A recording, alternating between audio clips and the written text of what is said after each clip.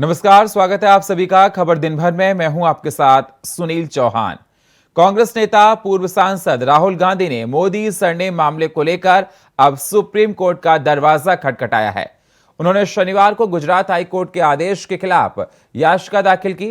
High court ने बीती 7 जुलाई को इस मानहानि मामले में राहुल गांधी की सजा पर रोक लगाने की उनकी पुनरीक्षण याचिका को खारिज कर दिया था। हाईकोर्ट ने राहुल गांधी को दोष सिद्धि पर रोक लगाने से मना कर दिया था। इसके चलते राहुल गांधी फिलहाल सांसद बने रहने या चुनाव लड़ने के अयोग्य हैं। कांग्रेस नेता की याचिका अभी सिर्फ दाखिल हुई है। हो सकता है सोमवार को उनके वकील चीफ जस्टिस से जल्द सुनवाई का अनुरोध करें।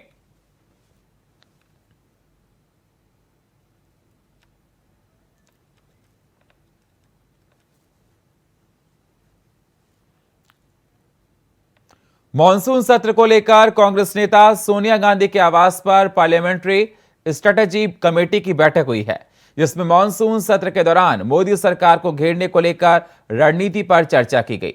संसद के मॉनसून सत्र के दौरान कांग्रेस ने मणिपुर हिंसा का मुद्दा उठाने पर चर्चा की। इसके साथ ही राज्यपालों की भूमिका पर चर्चा की। कांग्रेस मार कर सकती है। कांग्रेस की पार्लियामेंट्री स्ट्रेटेजी कमेटी की बैठक सोनिया गांधी के घर पर हुई है। कांग्रेस की बैठक में तमाम नेता शामिल हुए।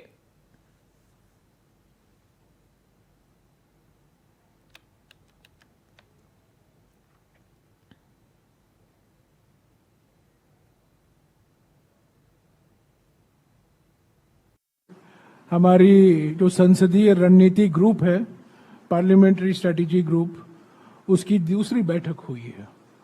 हमारा मानसून सत्र शुरू होने वाला है, लोकसभा का और राज्यसभा का।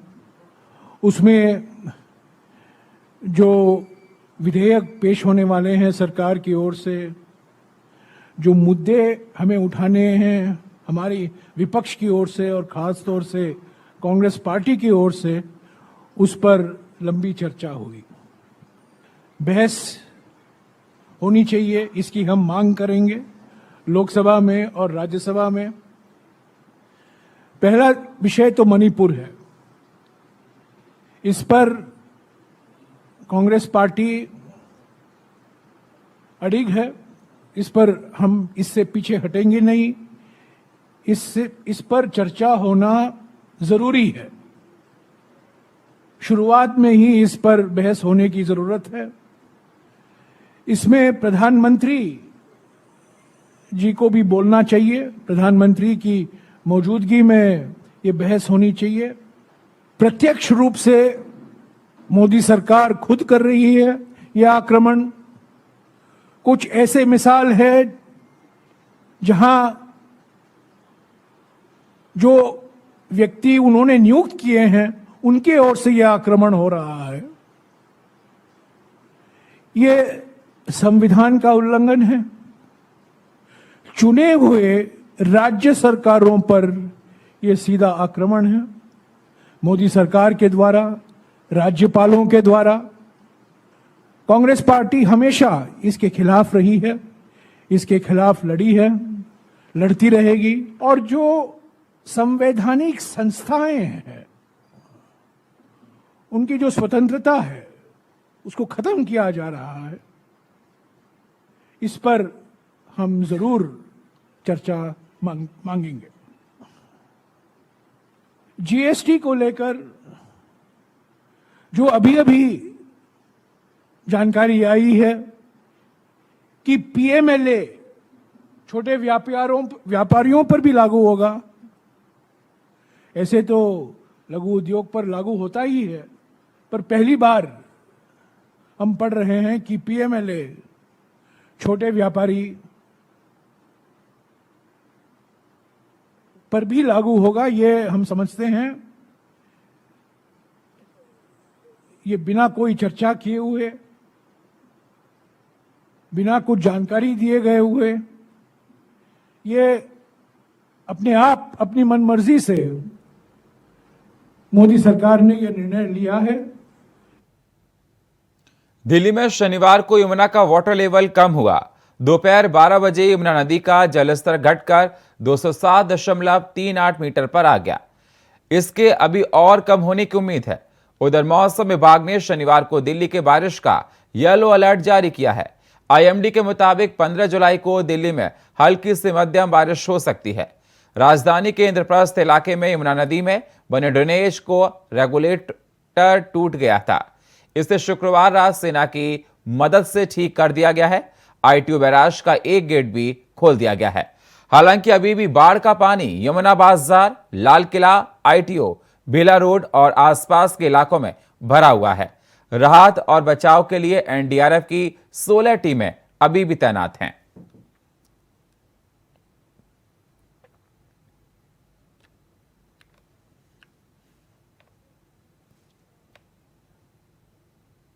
कहना चाहता हूं कि आप बार बार प्रेस कॉन्फ्रेंस कर रहे हैं। मैं आपको चैलेंज करता हूं, केवल एक प्रेस कॉन्फ्रेंस करके ये बता दीजिए कि आपको 8 साल हो गए मुख्यमंत्री बने हुए, 8.5 साल हो गए, कि आपने दिल्ली के ऊपर में, फ्लड के ऊपर में, यमुना के ऊपर में, बारिश के ऊपर में और ऐसी स्थिति के ऊपर में कितनी बार बैठकें करी। केवल उसका ब्यौरा दिल्ली की जनता को बता दें तो आपकी बहुत ज्यादा मेहरबानी होगी। तो उसका जवाब होगा 0 बैठक करी। एक भी बैठक दिल्ली के मुख्यमंत्री ने ऐसी स्थिति को कंट्रोल करने के लिए नहीं करी, एक भी सिंगल बैठक। और ये जो बार बार हथिनी कुंड पर आरोप लगाते हैं कि वहां के दरवाजे बंद क्यों नहीं कर देते, वहां से क्यों पानी छोड़ा जा रहा है, मैं एक और बहुत ही अपना गंभीर बात करना चाह रहा हूं। अभी ये स्थिति आई और सारे लोग उसको बचाने में लगे हुए हैं। भारतीय जनता पार्टी के कार्यकर्ता, चाहे फल हो, खाना हो, सब लोग वहां लगे हुए हैं। क्या दिल्ली सरकार का कोई भी शेल्टर होम काम आया? इतने सारे लोग वहां पर बेघर हो गए। क्या दिल्ली सरकार का एक भी शेल्टर होम हमें दिखाई दिया जहां पर वो सारे लोगों को रहने को हो? आज उनको शौचालय तक की सुविधा नहीं है। ये जो अपने बड़े बड़े बोर्ड लगाते हैं केजरीवाल जी, सैकड़ों हजारों लोगों को शौचालय करने को नहीं मिल रहा, उनको गंदा पानी पीने को मिल रहा है। तो जहां एक तरफ एनडीआरएफ की टीम ना केवल आदमियों की जान माल की रक्षा कर रही है, बल्कि जानवरों को बचाया, 350 गायों को उन्होंने रेस्क्यू किया, वहीं पर ये लोग केवल राजनीति का काम कर रहे हैं कि दिल्ली में जानबूझकर छोड़ दिया पानी, दिल्ली में जानबूझकर बाढ़ कर दी। दिल्ली में बढ़ती बाढ़ की प्रॉब्लम्स और केजरीवाल की राजनीति, ये केजरीवाल साहब पहली बार नहीं कर रहे हैं। कोरोना में भी इन्होंने कहा था मेरे पास पर्याप्त ऑक्सीजन है और हमें कोई चिंता नहीं है, और टैंकर तक भी इन्होंने एक भी नहीं बना रखा था दिल्ली के अंदर। अगर अमित शाह जी मैदान में ना कूदते, अमित शाह जी कैंप ना लगवाते, एक 10,000 बेड के जो कोविड केयर सेंटर ना खुलवाते, तो दिल्ली की क्या स्थिति होती सबके सामने है। यही हाल अपने अहंकार में उन्होंने फिर दिल्ली का किया। बाढ़ को लेकर हथनी कुंड का बार बार नाम लिए जा रहे हैं और राजनीति कर रहे हैं। पानी को सहारनपुर डाइवर्ट कर देते, पानी को वहां डाइवर्ट कर देते, जैसे वो जेब की एक चीज है दूसरे को पकड़ा दी जाती है। स्वाभाविक है कि कहीं भी पानी जाएगा तो ऊंचाई से नीचे की तरफ जाएगा। हथनी कुंड उत्तराखंड, हिमाचल, हरियाणा बॉर्डर पर है। उत्तराखंड में, हिमाचल में, हरियाणा में भयंकर बरसात हुई। भयंकर बरसात हुई तो सब पानी ढलाव में हथनी कुंड बैराज पर आ गया। हथनी कुंड बैराज की जो कैपेसिटी है वो 70,000 क्यूसिक लीटर की है केवल, उससे ज्यादा की नहीं है। और वहां पर जब पानी ज्यादा ओवरलोडेड हो गया, 2 लाख क्यूसिक लीटर तक पहुंच गया, उससे ज्यादा लोड वो झेल नहीं सकता तो 9 तारीख को दिल्ली सरकार को अवगत कराया कि 72 घंटे में पानी दिल्ली पहुंचेगा और 1 लाख क्यूसिक लीटर पानी छोड़ना पड़ेगा बैराज से। आप लोगों के सामने मैंने बताया था कि दिल्ली की जो बाढ़ है, दिल्ली में जो बाढ़ का संकट है, ये भारतीय जनता पार्टी और केंद्र सरकार के द्वारा प्रायोजित संकट है। ये प्राकृतिक आपदा नहीं है, ये दिल्ली के लिए प्रायोजित आपदा है। और अपनी दुर्भावना और नफरत की राजनीति के कारण प्रधानमंत्री नरेंद्र मोदी जी हो या उनकी सरकार हो या उनकी पार्टी हो, उसका एक ही मकसद रहता है, दिल्ली के लोगों को परेशान करो, उनको सजा दो, अरविंद केजरीवाल को किसी भी तरीके से बदनाम करो। मुझे याद है जिस दिन पहले दिन खतरे के निशान के ऊपर पानी बढ़ा, भारतीय जनता पार्टी के नेता यहीं कार्यालय में प्रोटेस्ट करने आए थे कि दिल्ली में बाढ़ इसलिए आ रही है, पानी इसलिए बढ़ रहा है कि दिल्ली के मुख्यमंत्री ने, पीडब्ल्यूडी विभाग ने और एमसीडी ने नालों की सफाई नहीं की, इसलिए पानी बढ़ रहा है। बोले केजरीवाल की सरकार पूरी तरह से फेल हुई है। आईटी सेल के 2 रुपया प्रति ट्वीट कमाने वाले जो उनके ट्रॉल्स हैं और उनसे ही सीखे हुए कुछ और मीडिया के अंदर भारतीय जनता पार्टी का चोंगा पहन के छिपके बैठे हुए लोग हैं जो तर्क कर रहे हैं कि नहीं जी वो तो ईस्टर्न वेस्टर्न कैनाल इतना पतला है कि उसमें पानी छोड़ने से फर्क ही नहीं पड़ेगा, उसमें तो छोड़ना ही नहीं है, वो तो इरिगेशन के लिए है। अच्छा जी, बहुत बढ़िया। उसमें अगर पानी छोड़ना ही नहीं था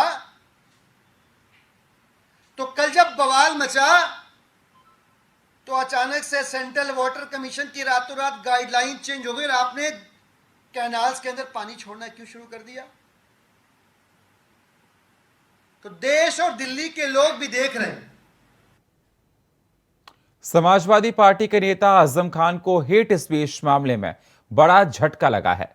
रायपुर की एमपी एमएलए कोर्ट ने आजम खान को इस मामले में दोषी करार देते हुए 2 साल की सजा और 1000 रुपए का जुर्माना लगाया है।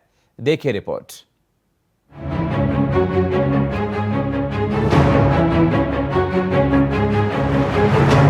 अपने बेबाक तेवर, अपने बेबाक अंदाज, अपने तल्ख जुबान के लिए जाने जाने वाले समाजवादी पार्टी के कद्दावर नेता आजम खान को रामपुर की एमपी एमएलए कोर्ट ने भड़काऊ भाषण मामले में दोषी करार दिया है।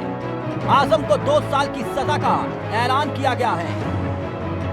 दरअसल पूरा मामला साल 2019 का है, जब लोकसभा चुनाव प्रचार के दौरान शहजाद नगर थाना क्षेत्र में आजम खान पर हेट स्पीच देने का आरोप लगा था। जनसभा को संबोधित करते हुए आजम खान ने अपमानजनक और भड़काऊ भाषण दिया था।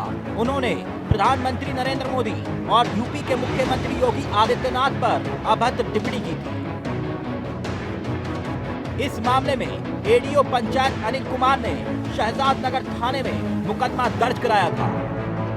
अब शनिवार को जाकर आजम को इस मामले में दोषी करार दिया गया है, यानी सपा के लिए एक जोर का झटका, क्योंकि वो पार्टी के बड़े नेताओं की लिस्ट में शुमार है। आपको बता दें कि 2019 के लोकसभा चुनाव में समाजवादी पार्टी और बसपा का गठबंधन के तहत चुनाव लड़ रही थी और आजम खान रामपुर से गठबंधन के प्रत्याशी थे।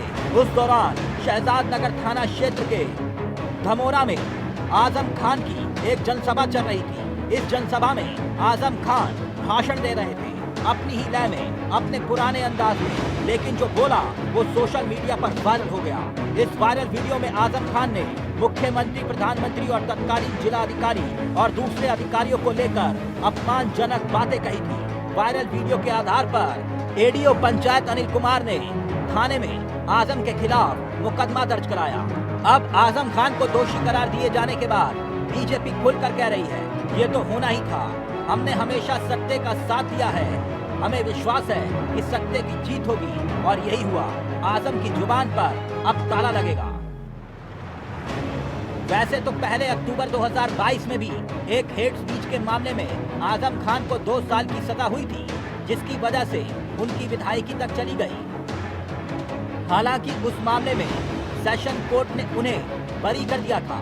इसके साथ साथ आजम के बेटे अब्दुल्ला आजम के फर्जी जन्म प्रमाण पत्र का मामला भी कोर्ट में फाइनल स्टेज पर पहुंचा हुआ है।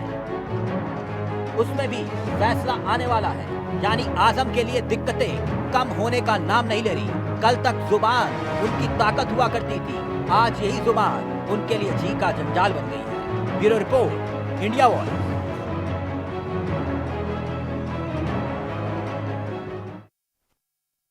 उत्तर प्रदेश में राजनीतिक पारा हाई हो गया है। समाजवादी पार्टी के लोकसभा चुनाव की तैयारियों पर बड़ा झटका लगा है। विधायक दारा सिंह चौहान ने पार्टी से इस्तीफा दे दिया है।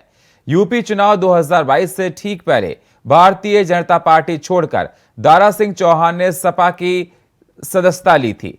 इसके बाद उन्हें सपा ने घोसी विधानसभा सीट से उम्मीदवार बनाया। दारा सिंह चौहान पार्टी उम्मीदवार के तौर पर जीत दर्ज कर विधानसभा पहुंचे, लेकिन यूपी निकाय चुनाव के बाद से उनका मन डोल रहा था। एक बार फिर दारा सिंह चौहान को बीजेपी रास आने लगी है। दावा किया जा रहा है कि पार्टी की ओर से उन्हें लोकसभा चुनाव में उतारे जाने का ऑफर दिया गया है। मऊ या घोसी लोकसभा सीट से दारा सिंह चौहान को चुनावी मैदान में उतारा जा सकता है। इस प्रकार की कयासबाजियों के बीच सपा से इस्तीफा देने के बाद दारा सिंह चौहान ने विधानसभा की सदस्यता से भी इस्तीफा दे दिया है।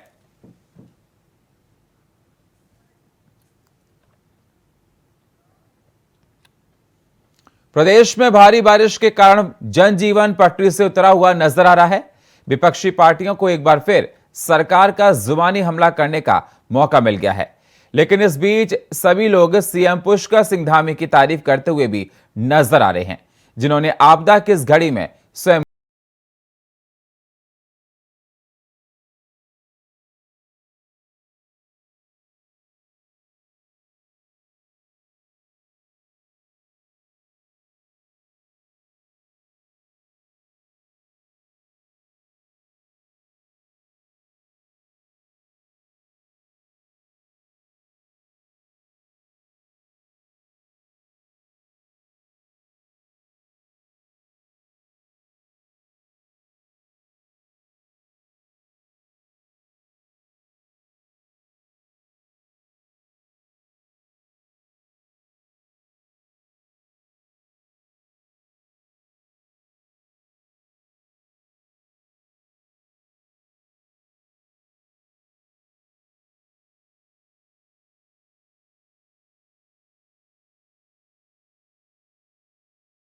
नब्बे सड़कों को खोला जा चुका है।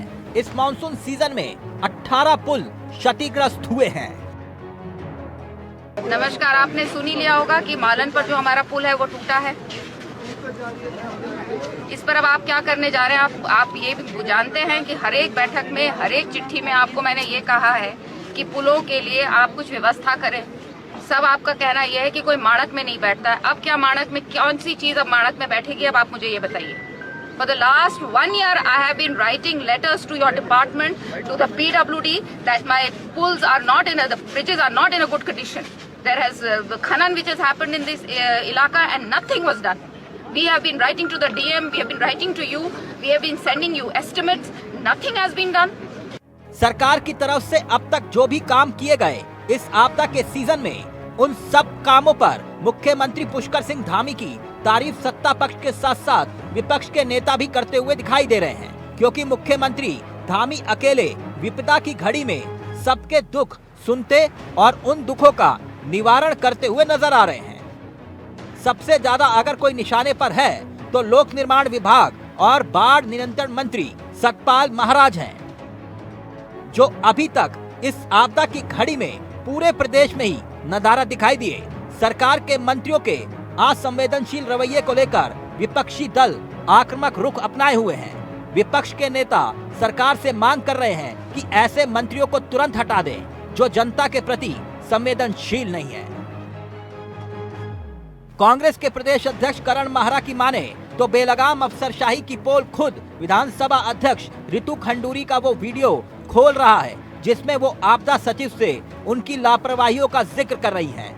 वहीं बीजेपी संगठन दावा कर रहा है कि इस आपदा की घड़ी में विपक्ष भले ही सियासत कर रहा है, मगर बीजेपी संगठन के कार्यकर्ता आपदा के जख्मों पर मरहम लगाने का काम कर रहे हैं। हालात इतने बुरे हैं जिसका जिक्र आपने किया कि मुख्यमंत्री अकेले से पड़ गए हैं, क्यों नहीं ऐसे मंत्री को, सतपाल महाराज जैसे मंत्री को पदच्युत करते हैं, उनको हटाते क्यों नहीं है? किसी योग्य व्यक्ति को लगाएं। और ऐसा मंत्री, मैं आश्चर्य कर रहा हूं, एक ही कोख से दो लोग पैदा हुए, एक भोला महाराज, एक सतपाल महाराज। जहां भोला महाराज अपनी धर्मपत्नी के साथ मिलकर समाज की सेवा कर रहे हैं, वो राजनीतिज्ञ नहीं है, ना उनका राजनीति में आने में कोई शौक है, लेकिन अस्पतालों को एम्बुलेंस देना, गरीबों को दवाइयाँ देना, पुलिस को मोबाइल वैन्स उपलब्ध कराना, स्कूलों को फर्नीचर देना, स्कूलों को बजट देना, ये काम मंगला माता की जी और भोले महाराज कर रहे हैं। सभी जिलों की जो वर्तमान स्थिति है उस पर चर्चा हुई। अनेकों जिलों के अंदर जो मकान क्षतिग्रस्त हुए हैं उनको शासकीय धनराशि कुछ जगह मिल गई, कुछ जगह मिलने जा रही है। समय पर उसकी रिपोर्ट शासन को चली जाए। जहाँ भोजन नहीं पहुँच पा रहा है वहाँ पर संगठन के द्वारा भी और सरकार के द्वारा भी उस स्थान तक भोजन की आपूर्ति सुनिश्चित की जाए। यात्रा काल में अनेकों स्थान पर 4-5 घंटे यात्री फंस जाते हैं। खासतौर यात्रा रूट के सभी जिलाध्यक्षों को और संगठन के जो हमारे अन्य पदाधिकारी हैं उनसे कहा कि ऐसे रूट पर बच्चों के लिए दूध है, अल्पाहार है, इसकी व्यवस्था सुनिश्चित की जाए। उत्तराखंड हमेशा ही आपदा के लिहाज से संवेदनशील राज्यों में गिना जाता रहा है, लेकिन हर बार की तरह इस बार भी उत्तराखंड राज्य की सबसे बड़ी कमजोरी आपदा प्रबंधन क्षेत्र में समय रहते हुए तैयारियों का ना करना है, जिसका खामियाजा मानसून सीजन में राज्य की जनता हर बार भुगतती है। इस बार भी यही है। Abhay Kaintura, India voice, Dehradun. BJP के विधानसभा मार्च में लाठीचार्ज की घटना के विरोध में मोतिहारी में बीजेपी ने किया प्रदर्शन। हमारे सहयोगी धर्मेंद्र कुमार की ये रिपोर्ट देखिए। बिहार सरकार की रवैये के कारण आज बीजेपी हर जगह धरना प्रदर्शन करने के मजबूर है। मैं आपको बता दूं कि 13 तारीख को पटना में बीजेपी पर हमला करवाकर पुलिस द्वारा पिटाई की गई, जिसमें एक विधायक की मौत हो जाने के बाद हर बीजेपी कार्यकर्ता से लेकर हर विधायक अपने अपने क्षेत्रों में धरना प्रदर्शन करने के लिए कर रहे हैं। वहीं नीतीश कुमार और तेजस्वी का पुतला भी दहन किया जा रहा है। मैं अभी बता दूं कि मैं ढाका विधानसभा पवन जायसवाल के क्षेत्रों में हूँ, जहाँ सैकड़ों के संख्या में कार्यकर्ता और पूर्व एमएलसी डब्ल्यू गुप्ता द्वारा धरना प्रदर्शन किया गया। लेकिन ये कह रहे हैं कि नीतीश कुमार मुर्दाबाद और नीतीश कुमार गद्दी छोड़ो, इस्तीफा की मांग कर रहे हैं, नहीं तो राष्ट्रपति शासन लागू करने के लिए मांग कर रहे हैं। अगर ये नहीं कर रहे हैं नीतीश कुमार तो आगे चलकर इससे भी बड़ा आंदोलन करने के लिए बीजेपी तैयार है। लेकिन नीतीश कुमार को कान में तेल लगा कर बैठे हुए हैं। लेकिन बीजेपी के इतने कार्यकर्ता घायल हुए हैं, लेकिन फिर भी उनको चिंता नहीं है कि कैसे हुआ। वो कह रहे हैं खुद कराया गया, लेकिन यहाँ कार्यकर्ता द्वारा बीजेपी के द्वारा कहा कि ऐसा मारा गया है जो मारा जाता है पैर पर, लेकिन हर जगह पत्थर से ही और डंडा से पुलिस द्वारा मारा गया, जिसको लेकर चिंता के विषय बनी हुई है। मोतिहारी से धर्मेंद्र कुमार की रिपोर्ट। और फिलहाल खबर दिन भर में इतना ही। बाकी खबरों के लिए आप बने रहिए इंडिया वॉइस के साथ। तब तक के लिए नमस्कार।